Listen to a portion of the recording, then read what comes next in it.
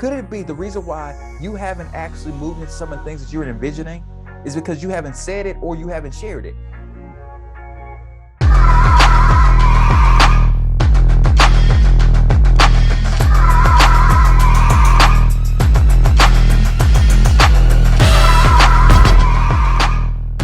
Hi, everybody. Lee Scott here. Thank you for watching and or listening to this week's episode of Leading with Lee. Where on here, we talk about life, leadership, and legacy. And we want to help you discover the leader within because we believe that every person has a capacity and level of leadership. I'm your host, Lee Scott, and it's going to be really exciting today because I have some awesome things to share with you. And thank you for being here. If you have not done it yet, go and subscribe to Leading with Lee right now. As I said, on all podcasting platforms, it's going to be really great. But today, I'm going to share some information with you and share this idea, this lesson that I have, because there's some things I've been thinking about as it relates to how we celebrated on the last episode 2 weeks ago. We celebrated on the last episode the 3-year anniversary of leading.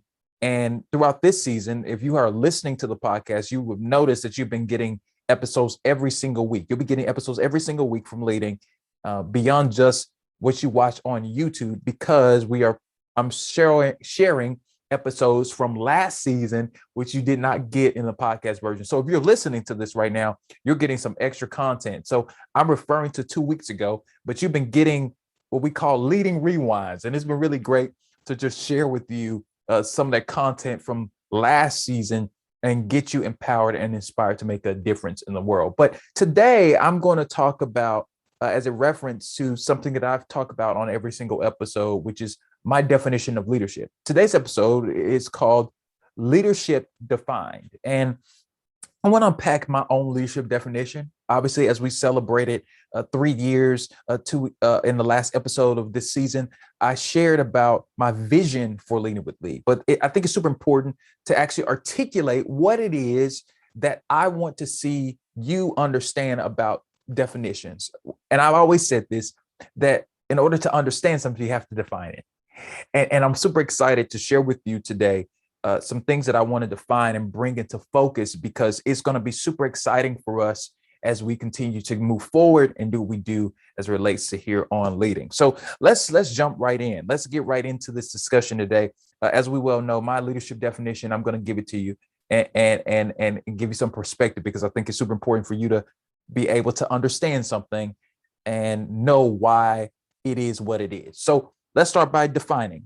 I believe that leadership is seeing something, which is vision, seeing something that has not happened yet and taking people, processes, and organizations in that direction. I'm going to say it again.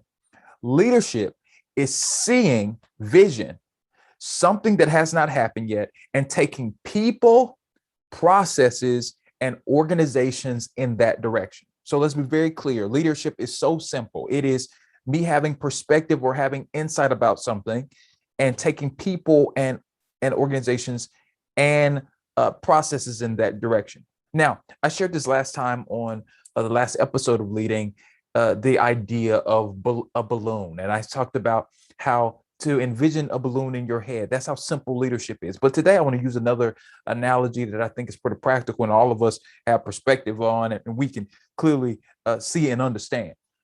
Think about how much leadership has played out actually in your life already. When you were a child, when all of us have experienced being in the presence of babies, and when children need something, they generally do one thing: they cry, right? And when a child cries, typically adults or older people that are older than them or other kids in general respond to that child crying. Now, what's interesting about that is actually leadership being displayed, because that child is putting a demand on an individual and causing them to respond and say, hey, I actually need to take care of this child. I need to take care of this baby because they need me right now. They actually need some resources. They need something from me. And so I'm required to actually respond to them and do something necessary to help them get what they need. That's how simple leadership is. All of us have the capacity to operate in leadership. All of us can give directions. all of us, no matter where you are, whether you're listening in your car, whether you're driving down the road, whether you are working out at the gym, you have the capacity to impact the world around you by taking on this role of leadership and understanding that you can command things to happen around you. So I want to share today about my leadership definition, as I said earlier, and we're going to unpack this idea. So we're going to break it down kind of word by word, but I want to focus on some key words. The four things I'm going to focus on within my leadership definition is, number one, vision. Secondly, is taking people, which I stated in there. Thirdly, taking processes. And then the last thing we're going to focus on is taking organization. So let's be clear. The first thing we're going to focus on this idea of vision, right? Secondly, taking people, taking processes, and taking organization. So let's focus on the first part, which is vision. So Oxford Dictionary defines vision as the facility or state of being to see. The facility or state of being to see, which I find very interesting. It also says the ability to think about or plan the future with imagination or wisdom. Now, this is so profound to me because it brings up the fact that, like, it is a state of being. It is a state of seeing or having a presence of mind about something that's happening. Now, one thing that I want to point out is that all of us have imagination. All of us have the ability to imagine stuff. Let's take a moment and reflect, because do you remember as a kid how you might have been outside and you were outside with your friends or your cousins or family members, and you put a blanket around your neck and tied it around your neck, and you put on goggles and you're running around your yard and you were saying, hey, I'm Superman, I'm Superwoman, I'm a superhero. All of us can remember as kids, and I know everybody may not have that experience, but I remember as a kid how I would put on a cape and put on goggles and pick up pots and pans, and I would run around the house and say, I'm a superhero, I'm fighting for justice. You know, that's what I would do as a kid. And those of us who have that experience, you know, at 4 or 5 years old, you're not actually a superhero, but because of your imagination, you saw yourself in a space that was not real, but it was real to you. Here's what's profound about that thought, is that that's how vision is for anybody who has it. The reality is that it may have not come into the world, it may have not manifested yet, but there is a way in which your brain, there's a way in which your body responds chemically to this idea that's in your head that creates a reality for you and makes you perceive and believe that it is possible. And a lot of times with hard work and dedication and with a plan, you can actually bring those things to pass. And I just want to share something with you. As many of you know, I'm from Jackson, Mississippi, and I'm actually back in my hometown now, and I'm living back in my hometown. And there's something great that recently happened in the last 2 years at the preeminent school in my hometown, which is Jackson State University. Jackson State University is a historical Black college and university, and it has a storied history in our city, in our community. And just recently, we got the opportunity to bag one of the most legendary players in NFL history, Deion Sanders. Deion Sanders is the coach for the Jackson State football team. And Coach Sanders Coach Prime, as they call him, has become a force within our community and our city. And he said 2 years ago in an interview where people were asking about, why did you decide to come to Jackson State? Why did you, of all the places that you could have gone, you decided to go to a HBCU in a state like Mississippi to go be a coach at a small Black college? And one of the things that he has continuously said is that he wanted to instill values in young men, but he wanted to go to this program and show people that you can win anywhere. That vision, that perspective, that thought process has caused so many things to happen so significantly in our community and in our city. Literally, in his first season at Jackson State, The Jackson State Tigers went 11-1. They won a SWAC title.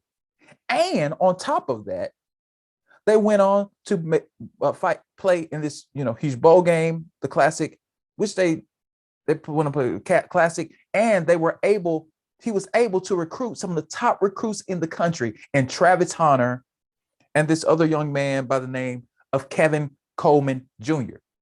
And he's been getting kids to decommit to schools and all of a sudden come to Jackson State University. But it started with the fact that this man was able to articulate his vision.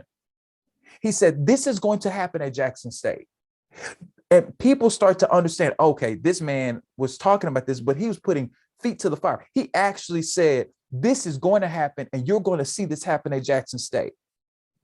And here's the encouragement for you, is that if you understand what you bring into the world and how you show up in the world, you can come into any space and be that effective.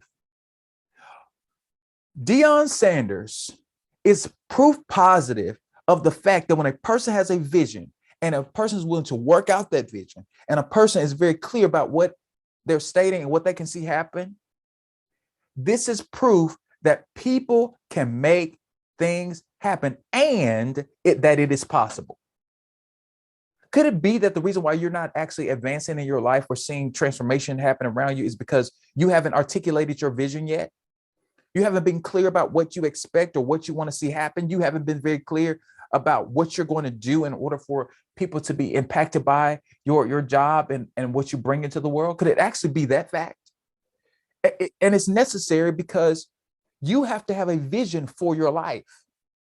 You have to have a vision for what you're going to do. I talked about this in the last episode, that how the necessity of vision, how profound vision is, because it matters for people to understand what is it that you are willing to pursue.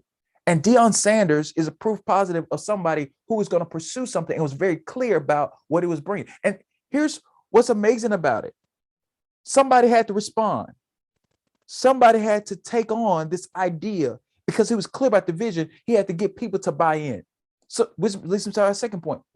A part of leadership is taking people with you. Leadership is not leadership if nobody's being affected by it. Leadership is not leadership if no one is impacted by the decisions that you make. That's not leadership at all. You're not impacting or making a difference. Leadership has to touch someone. And we see that happening with Coach Sanders. We saw how Coach Prime got these kids to believe in them. And now we see a bunch of recruits. Like I said earlier, a bunch of recruits are leaving or not even choosing schools. They're coming to Jackson State because they believe in the vision that this man has. He's showing us what leadership looks like. He's showing us how leadership can function and leadership can show up in the world and in our spaces. And not only that, he not only gets players to buy in, he's getting coaches. Pro and ex-pro football players have decided to come on, be on his team and work with him because they believe that this man's vision of what we can do, his leadership, is so apparent that he's getting men who have decades of experience, either as a player or as a coach, to come work with him to develop NFL talent at this university. There are young people that are coming to the school, could go anywhere else, but they believe in Coach Prime and they believe that this man can teach them what they need to know in order for them to go to the pros. Isn't it interesting that you, in your own life, if you're very clear about your objectives, is that you can actually get people to come around your vision. They can get people to come around your plan. You can get people to step out of themselves and engage in what you're doing. I thought about this concept just recently because at the beginning of the year, I did something with my parents that I have never done with my parents before. I sat them down and I talked to them about how important for it is for them to create vision for the year for themselves. Because one thing I fully believe is that if you don't know what you want to accomplish or what you're trying to do, you'll never accomplish anything. People that aim at nothing will never hit anything. You have to have an aim. So I set them down And we had a whole meeting. We had a whole conversation. I sat them down and I had them write out what it is that they wanted to accomplish in 2022. And it was so interesting. My mom actually wanted to host a conference. She wanted to host a women's seminar. And I had her write this stuff down. And my mom came back to me a few weeks later, and she said, "Sweetheart, thank you." And I was like, "Mom, why are you saying thank you?" I'm like, "You're welcome, but why?" She begins to explain to me that because I asked her to write down the vision, because I asked her to put a demand or say, "Hey, this is what I'm going to do," how many individuals have come to her and say, "Hey, I want to participate and work with you." She's gotten people calling her saying, "Hey, Miss Valerie, I heard that you were doing this seminar. I heard that you were doing this event. I want to come work with you. How can I serve you? How can I serve the vision that you have? How can I participate in helping you fulfill what it is that you want to do?" Why is that important for you? It's because she was so clear that it gave people an opportunity to participate in something that's bigger than themselves.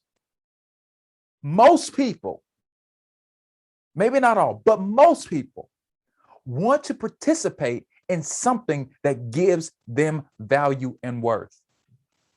Most people. This is why people participate and join fraternities and sororities.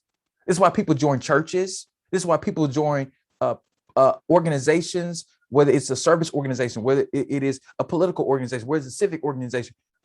People join things because they want to be given value based on what they're connected to. This is, all of us do it. Even if you have not joined a civic organization, your friendships, some of your friendships, the reason why you are even friends with those individuals is because you feel like they will add value to your life. That's super important for you to understand. Because as we go through this process of discovering or actually understanding what leadership is, you have to know without a shadow of a doubt that what you're doing in your life is adding value to you. Is that you're getting relationships, you're getting connected, you're coming around these ideas because you believe that they're going to bring you into the places that you want to make a difference in your life. All of us want to make a difference at some point, don't we? You want people to think about you and say, "Man, they're an incredible person. They're significant. They are impactful. They are great. They are fantastic. And I enjoy being around them because they are going somewhere." All of you are going somewhere who's listening to this and who may be watching this. You're going somewhere, but you got to be very clear because people cannot support something they can't see. People cannot support something that they hadn't even heard. And for my mom, when my mom put it into the atmosphere, when my mom started stating, "Hey, this is what I'm going to do. I'm going to share this with people. I'm going to tell people about this." What started happening was the people she needed started to show up. Could it be the reason why you haven't actually moved into some of the things that you're envisioning is because you haven't said it or you haven't shared it? Now, contrary to popular belief, it is important for you to share with people who will support what you do. Now, I do believe that everybody that you share something with, you should not share with everybody. But here's the reality. A part of your growth and development actually takes you sharing some stuff with some folks and them who believe in you getting the opportunity to participate and actually investing. Because here's the thing. As I said earlier, people want to have meaning. People want to have something they can attach themselves to. And people want to have an opportunity to participate in processes that makes a difference in their lives. Now, I'm going to stop right here for a second, and you will be right back after this message. Hi, everybody. Lee here, and I want to give some information to you. Do you need someone to host an event or come and speak at your event? You can now book yours truly. Book me for your event by visiting www.leeascott.com. I am so excited to connect with you and do work with you. Much love, and let's get started. And we're back, and I'm so glad that you're still here with me as I share about my idea of leadership defined and unpacking my personal leadership definition, because I think that it's super important for you to understand why I do what I do and talk about the things I talk about. Now, I want to talk about my third thing that I'm going to share on this. As I said, it's a part of leadership, or understanding or unpacking this idea of leadership, is actually taking processes in a direction.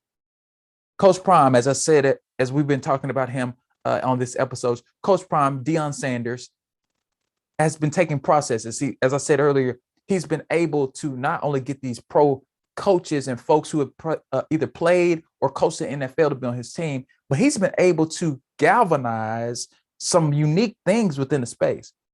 This man has a contract with Barstool, which is a sports media company, and he's been able to get Barstool to literally give sponsorship to Jackson State.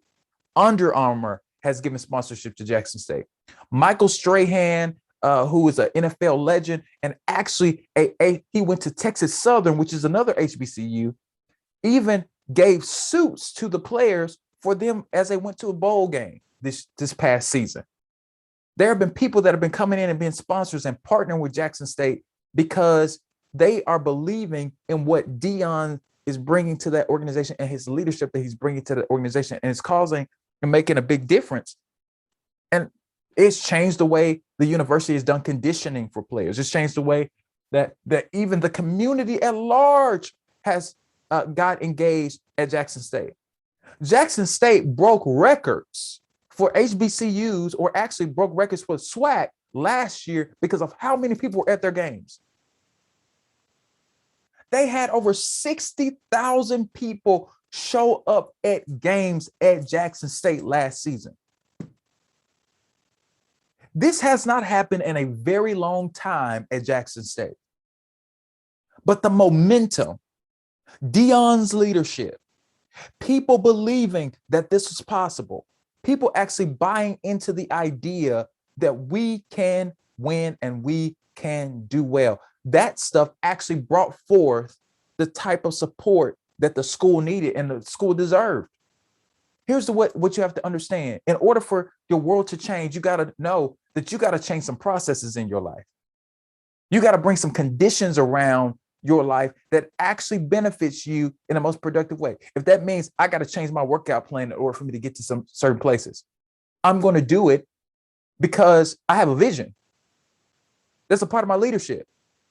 If that means that I have to read 2 pages a day because I'm trying to finish a certain amount of books this week or this year, I'm going to do it because the process is just as important as the vision. You cannot execute vision without a process. You cannot execute what you are seeing or how you are showing up in the world without a process. There's a process to become who you want to become. There's a process to becoming a doctor. There's a process to becoming a lawyer. There's a process even right now for how I podcast, how I do my podcast, how I record. There's a process.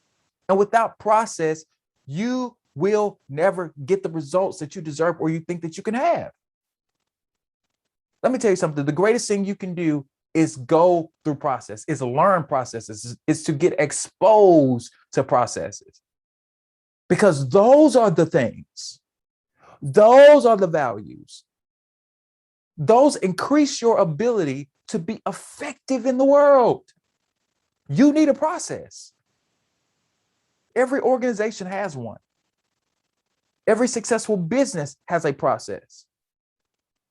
Every successful couple has a process. Every successful friendship, sometimes to some degree, has a process. It may be organic. You may not even think it's a process, but it's a process. It takes time to develop processes. And you have to be willing to invest and do what you need to do in order for that to happen. This is necessary and a part of the reality when it comes down to us showing up and making a difference in the world and actually producing the type of leadership that we're capable of. You have it in you. You can do it if you put your mind to it, and I hate to rhyme, but you can do it if you put your mind to it, really. If you think about the fact that you can actually make a difference in the world, but you have to understand process. You have to understand that in order for people to actually have a capacity to grasp what you're doing, they got to be able to see and know your process. Your process is essential. It's critical. It's critical that you have a process for what you do. It's quite critical. It's quite critical. And number 4, taking organizations. A part of leadership is taking organizations in a direction.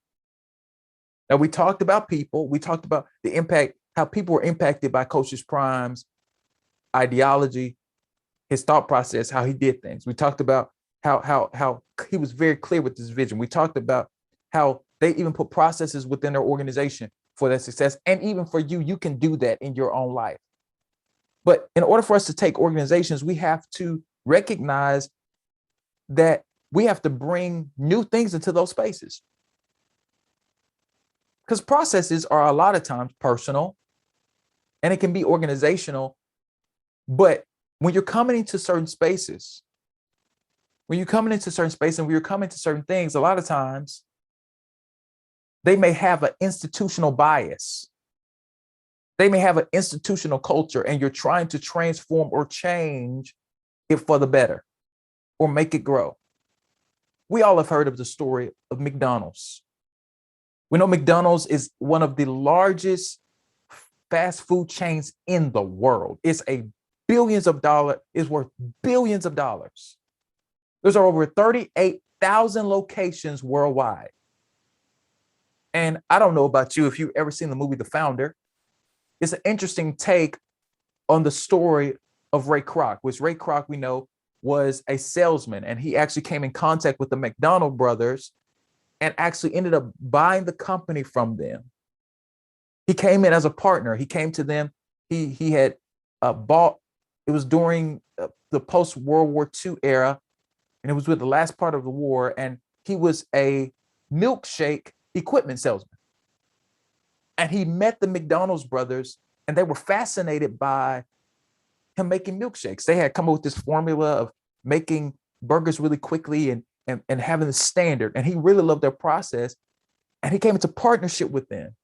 And he eventually, as I said, bought the company out. And then he scaled this business to what we know it is today. He franchised his business and has grown it, and it's impacting the world in significant ways. But it took Ray Kroc having a vision. Ray Kroc believed that McDonald's could be one of the biggest companies in the world, that it could serve millions of people. It served billions of people at this point, but it could actually serve millions of people.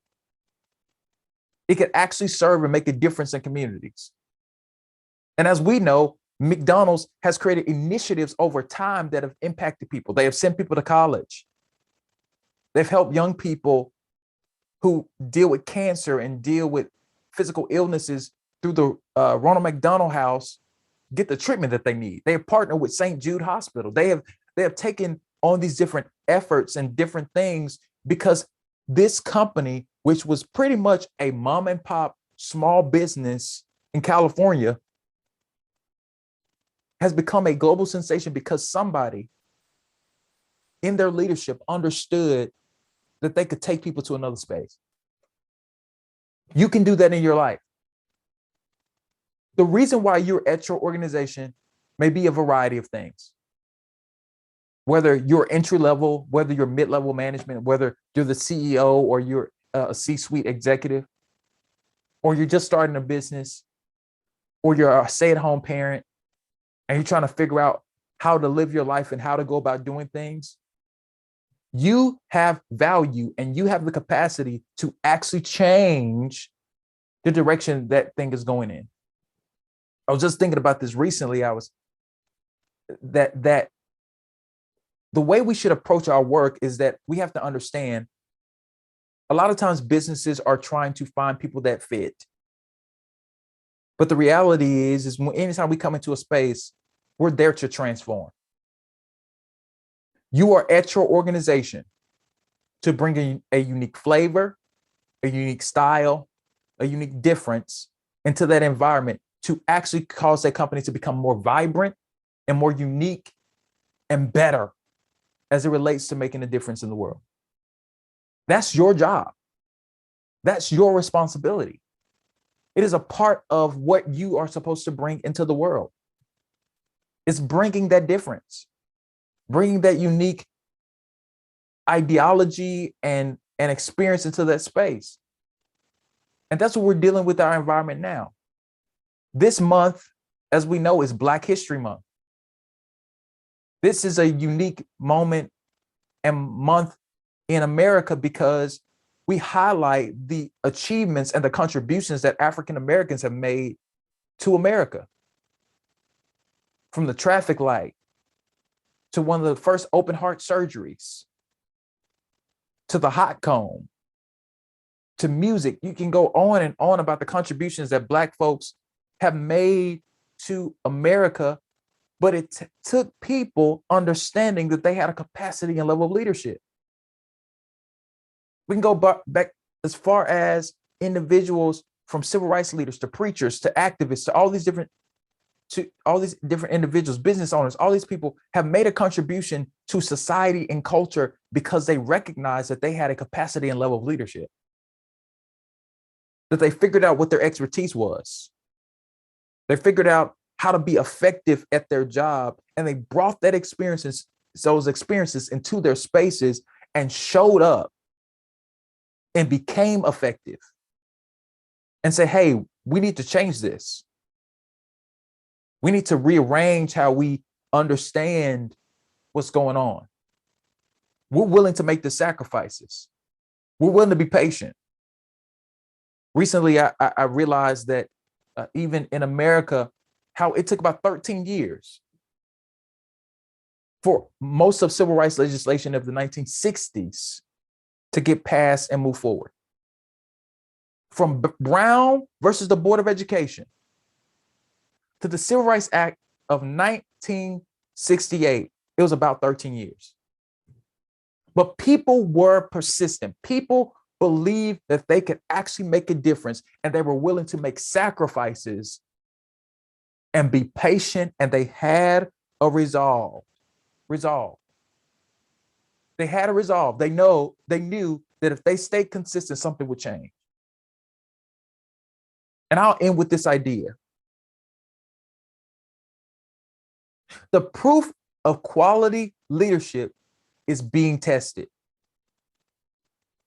The proof that your leadership is quality, that your leadership is strong, is when it's tested. We find out how effective people can be or how effective they are when they are challenged with a problem. One of our greatest presidents that we consider significant, and most of our greatest presidents that we consider to be our greatest presidents, all have one thing in common. They were effective leaders in crisis. They have one thing in common. They may have different views. They may have different perspectives. They may have been president at a different time. In America, what we consider to be great about them is how they handled crisis. How did they handle a difficult moment happening in society and culture?